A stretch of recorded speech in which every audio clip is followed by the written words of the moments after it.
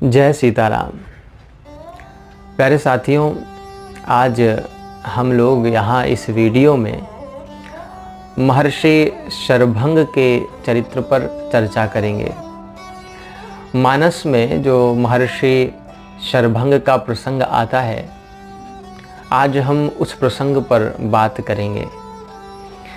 आप देखें कि भगवान राम महर्षि वाल्मीकि के आश्रम से जब निकलते हैं और मार्ग में आए हुए विराध राक्षस का उद्धार करते हैं, फिर उसके पश्चात वे महर्षि शरभंग के आश्रम में पहुंचते हैं।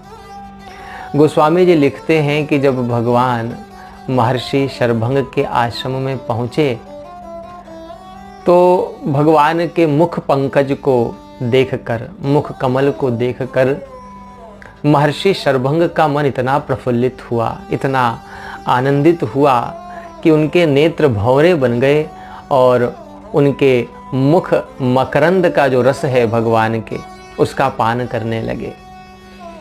आप देखें कि जब जिससे हम प्रेम करते हैं वह हमारा अपना जब सामने आता है तो हम लोगों को कितनी प्रसन्नता होती है।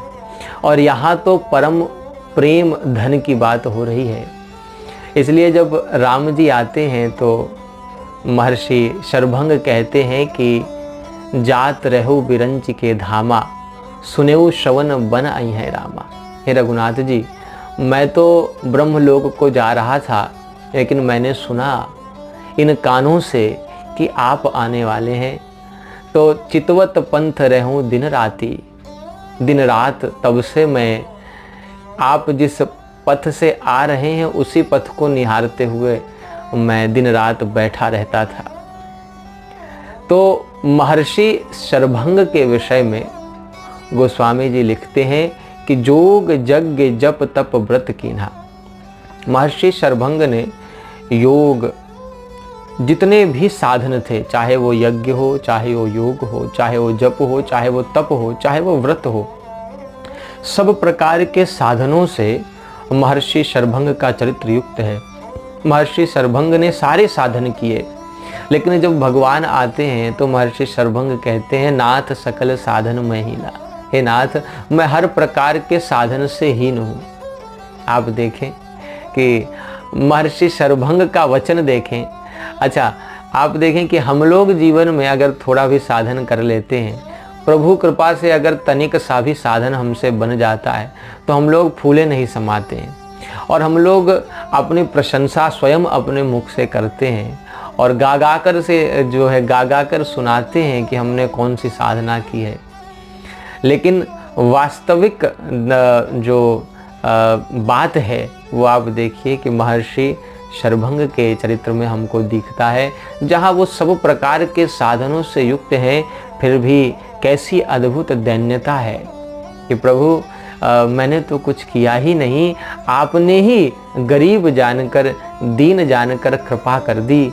हाँ, तो ये जो भाव है, ये दैन्य का भाव, ये दैन्य का भाव ही महर्षि शरभंग को एक महान भक्त के रूप में प्रतिष्ठित करता है।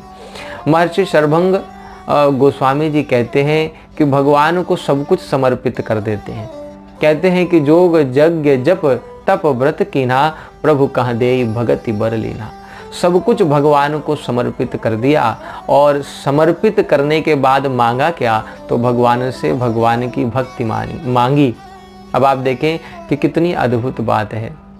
इससे सिद्ध होता है कि वास्तव में जितने भी साधन हैं, उन साधनों में जो भक्ति है वह सर्वश्रेष्ठ साधन है। क्यों? क्योंकि आप सारे साधन कर लीजिए। अच्छा, महापुरुष कहते भी हैं ऐसा कि जितने भी साधन हैं उन साधनों का अंतिम फल है भगवान के श्री चरणों में अनुराग उत्पन्न हो जाना, प्रेम उत्पन्न हो जाना। अब आप देखें कि आप साधन कर रहे हैं साधना अभिमान तो है आपके अंदर, साधना का अभिमान है, साधना का गर्व है, लेकिन उस साधना से जो फल मिलना चाहिए, यानी भगवान के चरणों में अनुराग उत्पन्न होना चाहिए, उनके चरणों में प्रेम उत्पन्न होना चाहिए, वह नहीं है या नहीं उत्पन्न हो रहा है, तो फिर सारे साधन वस्तुतः निष्फल हैं, उनका कोई मतलब नहीं। सारे साधनों का अंतिम फल वास्तव में प्रेम है, रस तत्व तो प्रेम ही है। इसलिए आप देखें कि सब कुछ सौंप कर अंत में महर्षि शरभंग ने भगवान से भगवान का प्रेम मांगा, भगवान से भगवान की भक्ति मांगी, क्योंकि उसी से पूर्णता आनी है, उसी से जो है सब कुछ होना है। अच्छा, ये भक्ति जो है ये है क्या? तो मैंने पहले भी एक वीडियो इस पर बनाया है कि भक्ति क्या है। तो उसमें भी मैंने कहा था कि रघुपति चरण अनुराग भक्ति, भगवान के चरणों में अनुराग ही भक्ति है, प्रेम ही भक्ति है। और इसलिए नारद जी नारद भक्ति सूत्र में कहते हैं कि सात्वस्मिन् परम प्रेम रूपा भक्ति, यानी भक्ति वास्तव में प्रेम रूपा है, प्रेम स्वरूपा है। आप माता शबरी के चरित्र में भी देख सकते हैं कि माता शबरी का चरित्र ऐसा है कि जब भगवान आते हैं और माता शबरी को दर्शन देते हैं, तो माता शबरी के भी वचन कुछ इसी प्रकार के होते हैं कि अधम ते अधम अधम अति नारी तिन माह मैं मति मंद अघारी। यानी माता शबरी भगवान की इतनी बड़ी भक्ता है, भगवान स्वयं चलकर उनके आश्रम पर पधारे हैं उनको दर्शन देने के लिए, लेकिन फिर भी वे कहती हैं कि प्रभु मैं तो अधम में भी अधम हूँ। तो भक्त में ये जो दैन्यता होती है, ये जो दैन्य का भाव होता है, यही वास्तव में सार तत्व है, यही वास्तव में प्रेम भक्ति का लक्षण है। और इसलिए आप देखें कि वह प्रेम भक्ति, नवधा भक्ति भगवान माता शबरी को उपदेश करते हैं, और वही भक्ति जो है महर्षि शरभंग को भी भगवान प्रदान करते हैं। तो सब साधनों में श्रेष्ठ साधन जो है वो रागात्मिका भक्ति है, भगवान के प्रति प्रेम है, और वही प्रेम जो है हमको महर्षि शरभंग के चरित्र में, उनके व्यक्तित्व में देखने को मिलता है। तो महर्षि शरभंग के चरित्र को मैं चाहूँगा कि आप भी पढ़ें, मानस के अरण्य कांड में है।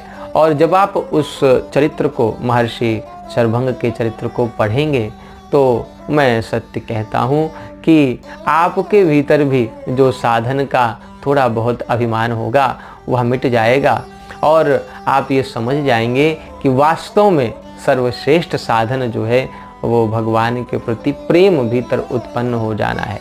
और वो तब आता है जब महर्षि शरभंग की तरह भीतर दैन्य का भाव उपस्थित होता है, जहाँ मन में ये भाव प्रकट होता है कि वास्तव में प्रभु मैं तो हर प्रकार के साधन से हीन हूँ, करने कराने वाले तो सब आप ही हैं।